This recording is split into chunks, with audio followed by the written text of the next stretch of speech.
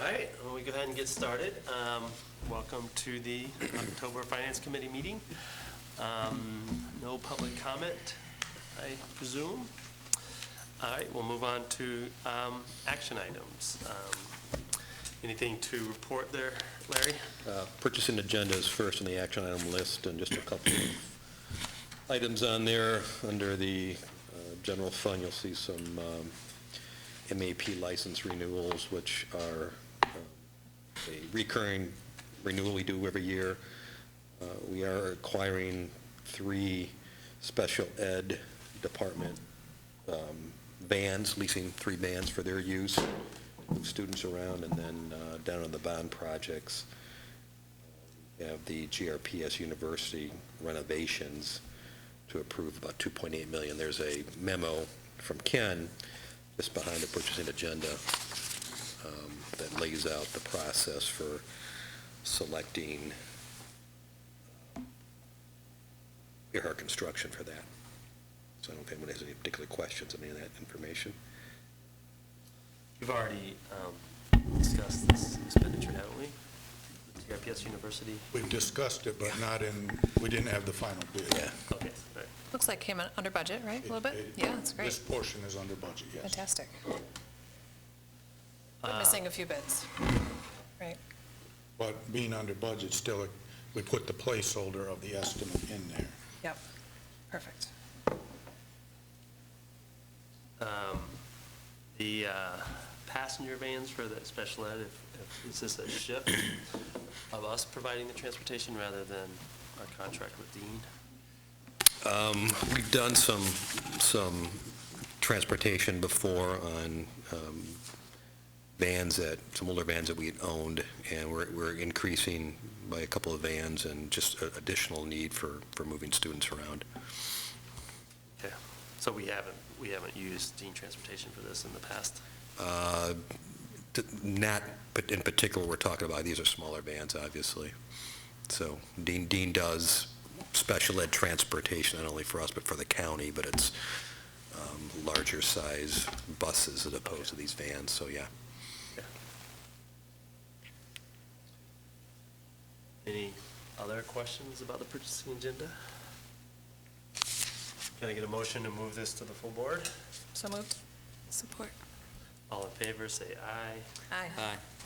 No one's opposed. Move that to the full board. Donations. Great. Couple of donations. The first being 4 3D printers for Union, Ottawa Hills, Frost Middle School, and City High. You may recall, I think earlier this, back in August, the Union High School 3D printer is on site already. The other 3 will be installed the next couple of months. Chemical Bank, in concert with the ISD Technical or ISD 3D Printer Challenge, has secured and donated these printers. They have a value of about $3,000 a piece, so the total value of those 4 printers is $12,000. So we'd like for the Finance Committee and Board to approve the donation of those 4 3D printers. Well, that's amazing. I had no idea that they were only 3,000, so save up and get one. Every piece of technology comes down in price the longer it's out there. So. Motion to support moving this donation to the full board. So moved. Support. All in favor, say aye. Aye. No one's opposed. And then the other donation, which totals $14,000, is from Spartan Nash. Spartan Nash has been a partner of ours and has provided funding for, in the past, just to Sibley and Ford. They wanted to expand their assistance to the district.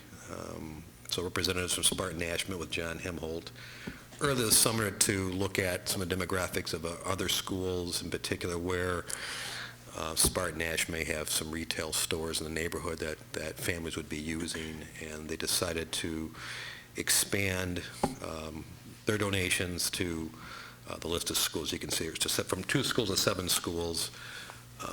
The $2,000 per school be used for education-based needs. So it gives the building leadership a little bit of control over what they want to use those dollars for. So I think it's a wonderful gift from Spartan Nash, the fact they wanted to step up this year and add 5 more schools is great. So we like for approval from this committee and the board on this donation also. All right. Motion to support. So moved. Support. All in favor, say aye. Aye. Those opposed? That's it for action items. All right, we are down to reports and updates discussion, the first being the September financial statements. The dashboard report is the first statement there, a summary where we stand through September. So it's the first 3 months of our new fiscal year, really the first full month of school being back in session, if you will. We're tracking this early in the year. It's hard to designating or to identify any particular trends. One thing, if you look in that dashboard report, about midway down the expenditure section, you'll see total salaries of $6.5 million through September of this year compared to 5.3. Most of that is in the instructional piece, and that reflects the additional dollars to the GREA union that was settled in for this particular fiscal year. So everything else is tracking. The only major change is down on our fund balance, and we'll talk about this in more detail at the board work session. If you look at the middle column, they're projected. 11.5 million projected fund balance at the end of 2018, which represents about 8% of our revenue. That's actually gone up. You'll see when we talk about the audit that fiscal year 17 came out better than anticipated. We actually were able to add a little bit to fund balance. So that projected fund balance amount now reflects the audited fiscal year 17 fund balance number, which increases where we think we're going to end up, all the things being equal in the budget, at the end of the year, about $11.5 million. Now, as we've talked before, we will bring a budget amendment in January to this body and then to the board to reflect our first 6 months of operations. That'll include our fall enrollment, certified enrollments, will have a better sense of where that comes out. The new enhancement millage has been tracking about what the ISD thought it would track, but we'll probably make some adjustments related to the enhancement millage. You may recall the $25 per high school student funding from the state was new this year. It was in, then it was out, it came late in the game, so our budgets you approved back in June did not reflect those $25. So those kinds of adjustments where we're right now as well as anything else, but the projected fund balance now reflects known information and reflects a better than anticipated fiscal year 17. And again, we'll talk about that in the work session immediately following this. So other than that, everything else is tracking pretty well. You'll see the bond-related capital expenditures just below that projected number. It's about $20.6 million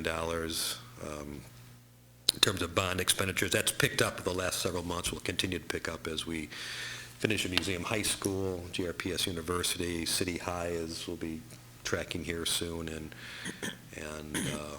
others as we get moving here on the other construction. There's some timing differences too. We've spent a chunk of money on technology. I think there's maybe another amount that'll come through for next month will be reflected in this number also. So it's the bond fund spending is picking up significantly the last 3 or 4 months.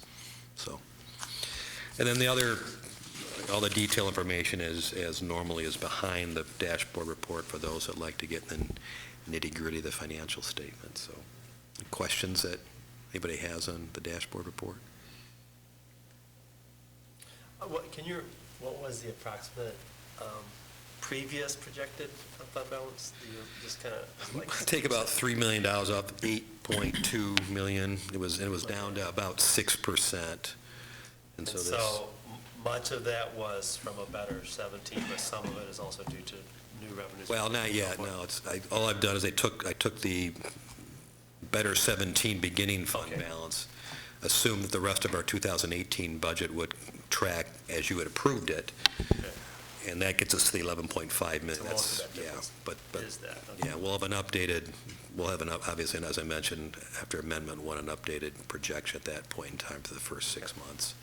So, yeah. Okay. Mr. Ken. Warm, safe, and dry. The 3 projects we worked on this summer, Ridgemore, the gym roof at Central, and the office work upstairs here are completed. We're just wrapping up the final costs. When we do that, we'll really sit back and we'll know exactly what we've got left, and then we'll sit down with Superintendent Neal and go over what our next steps might be to finalize the last expenditures with warm, safe, and dry. Right now, it's kind of a nice thing to have in our pocket if we have an emergency with a boiler or a roof, that we've got a little money to utilize that way. There is no timetable to spend it, but again, we don't want it just to sit there forever. So we'll review where we are with this and the bond program and come back with some recommendations of how we clean that up and end that program. So everybody okay with having walls that go all the way to the ceiling now upstairs? Yeah. Absolutely. The bond, Buchanan and Museum are moving along. Our intent at Buchanan is to move into 13 new classrooms at spring break. That will allow the contractor to get in some existing areas to start work. It's going to be a busy summer. And with our extended year, adding the 5 days and then moving, starting before Labor Day, it really shrinks the summer. So but we've accounted for that in the schedule, and everything is tracking right now. Museum is moving along for a mid-July completion. City, we're completing design. It's ready to go on the street for bidding. We have met with the staff at City, and we've met with the PTSA, and the next step will be to meet with the students in each individual class and go over. We have a very detailed phasing plan. We had to find rooms for every class we're displacing, and we've shared that with them. We will have the bids before the November Finance Committee. We will not have the total evaluation done. We'll bring you, give you an update of what we have, and as we asked for last time, we're asking that we then can take that direct to the December 4th board meeting for approval to keep things moving. We need to get a fair amount of work done. Second shift in December, and then during the holiday break. So that's our next big one. We've started planning work on Ottawa Union and the Southwest Community Campus High School. And then so on the dashboard that's in the packet, with university coming on and then next month city, the numbers that you see will change quite a bit.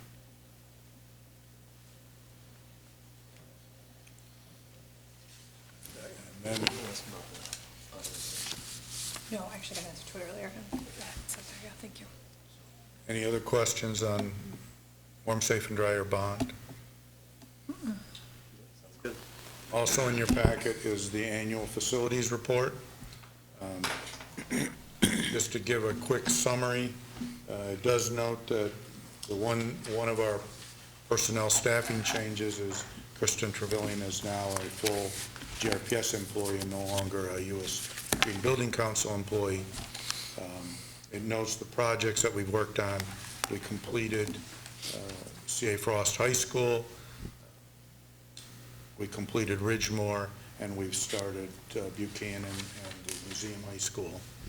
There's a section on energy use. And simply put, it shows that our gas usage is completely weather dependent. It goes up and down with the heating degree days, and our electrical use is very constant and is not temperature dependent. It is use dependent.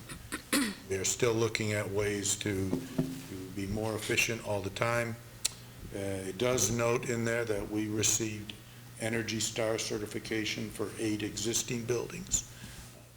And we're looking at, how many we're looking at applying for 10 more this year. And frankly, we were a little surprised that some of the existing qualified that way. That really made us feel good that we were in good shape. Our sustainability section, we should note that our green cleaning continues. We planted 138 trees this year. And then probably the downside is the composting program is temporarily on hold while we get a new compost hauling vendor. We've had some problems with the vendor that we had not complying with their contract. So we're looking to replace that and re-amp that up. And I should note in Appendix A, the labels, the numbers are correct, but there's some missing labels and dollar signs.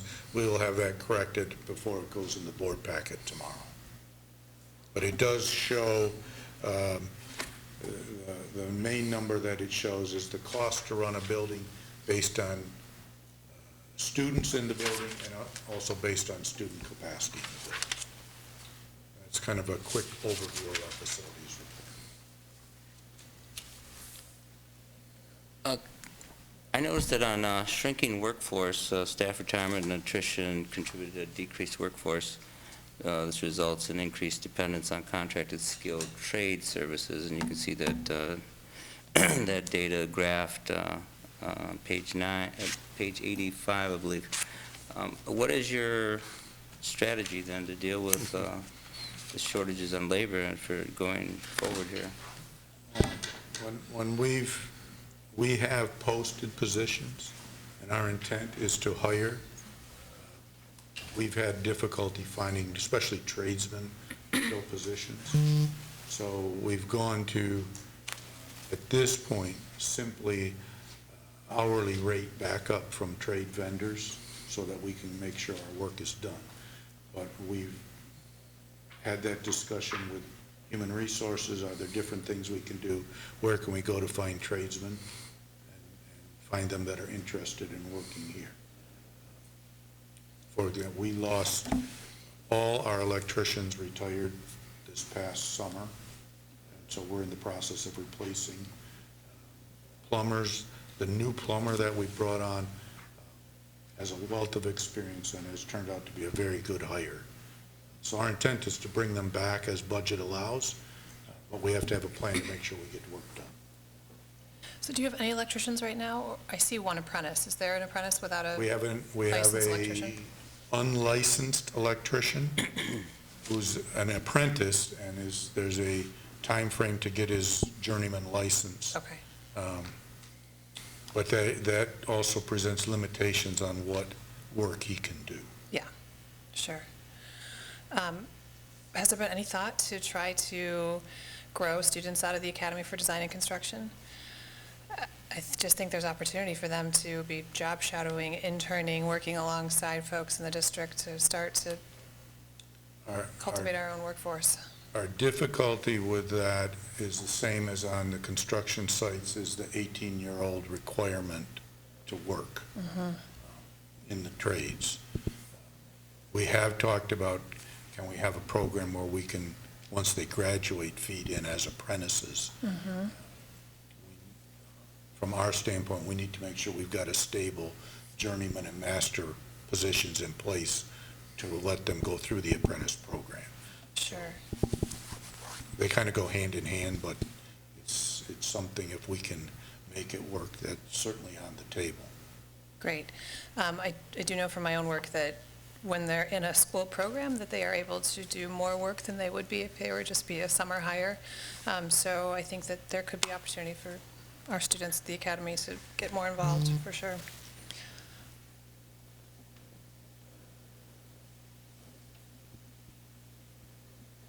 This is a great report. Thank you for what looks like a tremendous amount of work. Yeah, it was good I'm to have sure. it explained like this too. And as you read it, if there are areas you'd like expanded, especially for next year, or things that need further explanation, just let us know. Okay. Anything under policy. We have nothing else from our side here. Any- All right, well, let's adjourn and take a couple minutes Downstairs. before we go Thank you. downstairs and Perfect. do the audit.